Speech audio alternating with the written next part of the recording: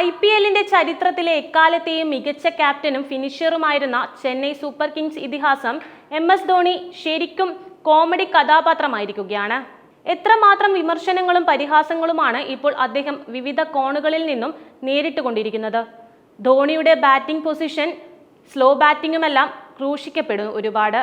ഇപ്പോൾ സ്ഥിരം ക്യാപ്റ്റനായ ഋതുരാജ് ഗെയ്ക്വാദ് പരിക്കേറ്റ സീസണിലെ ശേഷിച്ച മത്സരങ്ങളിൽ നിന്നും പിന്മാറുകയും ചെയ്തതോടെ നായകസ്ഥാനവും ധോണിയിലേക്ക് വന്നിരിക്കുകയാണ്.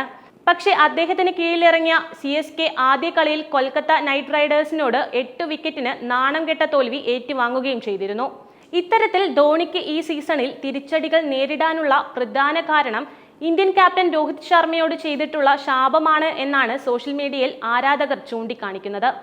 എന്താണ് സംഭവമെന്ന് നമുക്ക് നോക്കാം. അദ്ദേഹത്തിന്റെ ഈ പെരുമാറ്റത്തിനെതിരെ അന്ന് തന്നെ വിമർശനങ്ങളും ഉയർന്നിരുന്നു. മറ്റുള്ള മുൻ താരങ്ങളും ചില ക്യാപ്റ്റന്മാരുമെല്ലാം രോഹിത്തിനെയും ടീമിനെയും വാനോളം പുകഴ്ത്തിയിട്ടും ഇതേക്കുറിച്ച് അങ്ങോട്ട് ചോദിച്ചിട്ട് പോലും ധോണി ഒന്നും മിണ്ടാതിരുന്നു.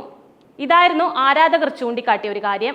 3 ICC ട്രോഫികൾ എന്ന താൻ കൈയടക്കി വെച്ച ലോക റെക്കോർഡിനൊപ്പം രോഹിത് എത്തുമോ എന്ന അസൂയാണ് ധോണിക്കെന്നും ആരാധകർ സോഷ്യൽ മീഡിയയിൽ ആഞ്ഞടിക്കുകയും ചെയ്യുന്നു. ഇപ്പോൾ IPLൽ ചെന്നൈ സൂപ്പർ കിങ്സിനൊപ്പം ബാറ്റിംഗിലും ക്യാപ്റ്റൻസിയിലുമെല്ലാം ധോണി വലിയ തിരിച്ചടികൾ നേരിടുമ്പോൾ അന്ന് രോഹിത്തിനെ തഴഞ്ഞതിനുള്ള ശിക്ഷയാണ് ഇതെന്നാണ് ആരാധകർ പറയുന്നത്.